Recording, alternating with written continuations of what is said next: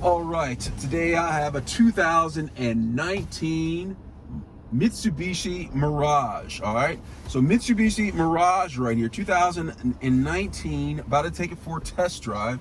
Looking around it, it's a compact car, very small vehicle. All right, very small vehicle, but with that said, I'm a rather tall individual and it's not too bad. I've seen a lot worse with like the Chevrolet Spark. Not a lot of leg room or headroom. This actually has some headroom. All right, actually has ample amount of headroom. Leg room, not as much as I'd like, but it's not uncomfortable, especially like for short rides, which I'm going to take. Inside, it's very basic, simple heating control systems right here. You have the display center for the radio and media center, and not a lot of bells and whistles. Very simple what this car is made for. So I'm going to go ahead and get started with this. I'm going to go ahead and start driving around. All right, reverse it so I can show you.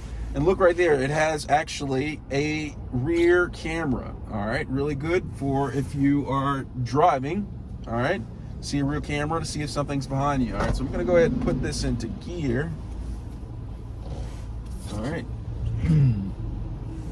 Put this into gear. I can't quite see out of my...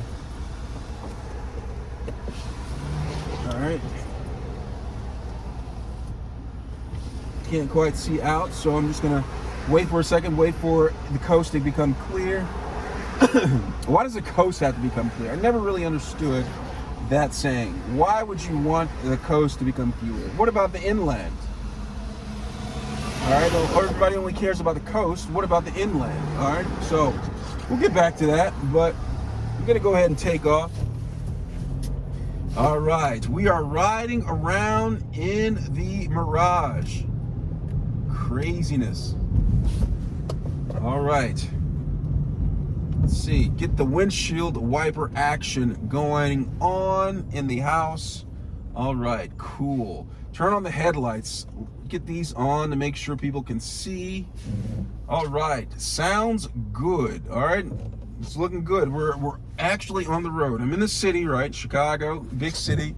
Driving around in the city. We're gonna be testing how well this vehicle acts on the road as far as, excuse me, as far as responsiveness, as far as how it turns corners, how it feels, how it takes on the notorious potholes that cities have in them. All right, so we're just gonna keep on driving around.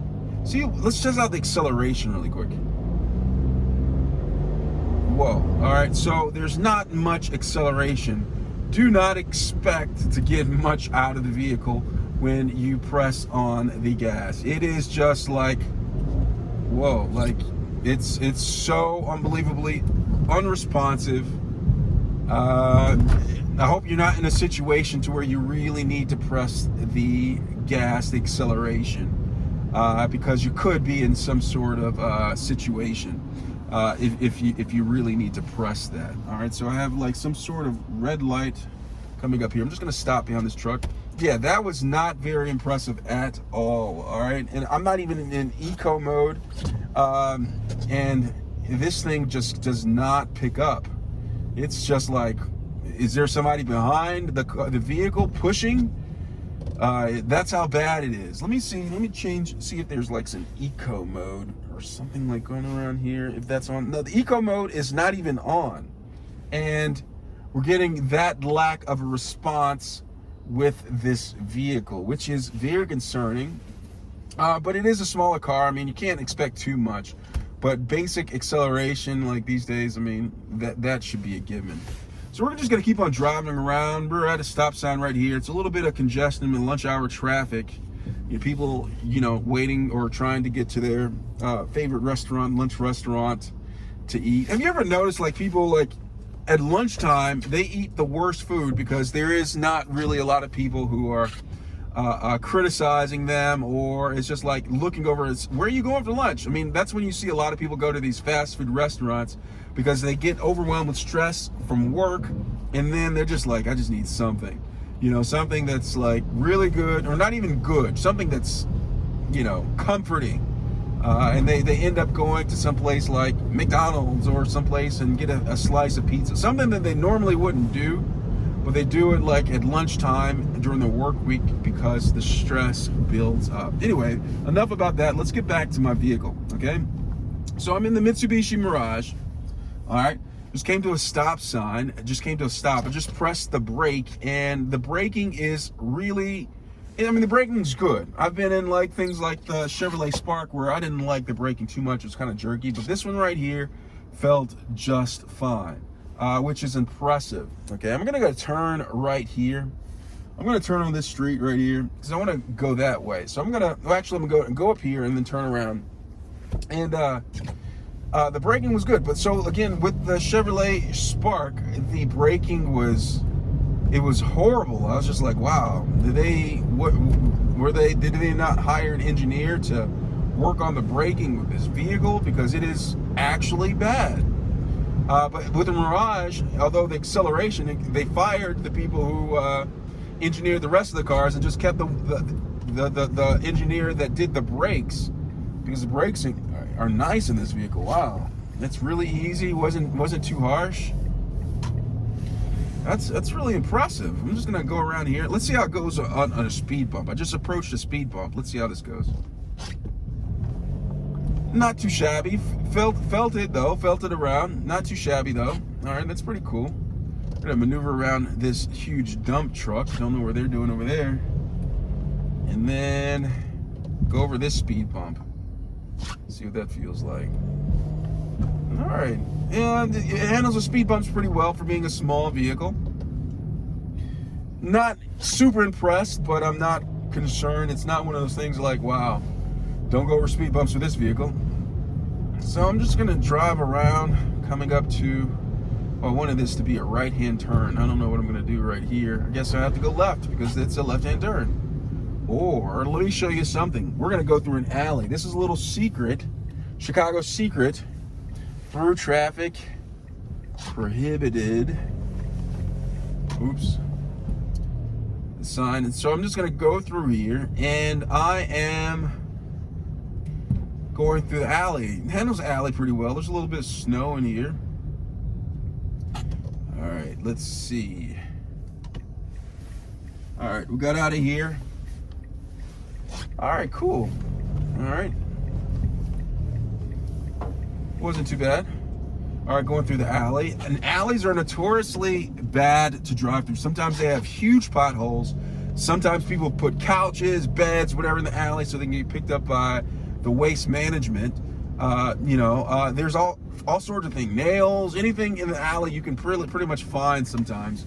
And they can do damage to your car. And it's rough to ride around. But fortunately, it wasn't too bad to drive it through there. So here's a pothole right here. I missed the pothole. I was hoping to, oh, it's an eco mode. Oh, that's pretty cool. And so, yeah, so I'm just gonna drive around. I'm gonna try to get to this street right here. I believe this was a street that I wanted to go down. Going up here. There is often an awful lot of speed bumps around this part right here. Is this the road that I wanted to turn down? I don't think so. I'm just gonna go down one more. Speed bumps. Look at this. One more speed bump right here. See how this handles? You're getting a real good example of how this vehicle goes on speed bumps, because I think I went over 100 speed bumps in the past like 2 minutes. But yeah, I'm gonna get through here. I feel that the vehicle is actually driving a little bit better now that the engine's warm, because like before the acceleration wouldn't work so well. It feels like I'm having a little bit more power. Let's try it out once I turn this corner right here, how the acceleration is going. All right, we're gonna wait for these pedestrians to cross the street, and then I'm gonna tap on the gas to see how well this vehicle actually accelerates. It's slightly better, but it's still somewhat garbage. Yeah, so this is not the vehicle that you want to be in if you have to get away fairly quickly. I would suggest probably getting out on your feet and walking away. That's how bad I feel this vehicle is. But hey, you know, it's a cheaper vehicle, so you can't really complain too much.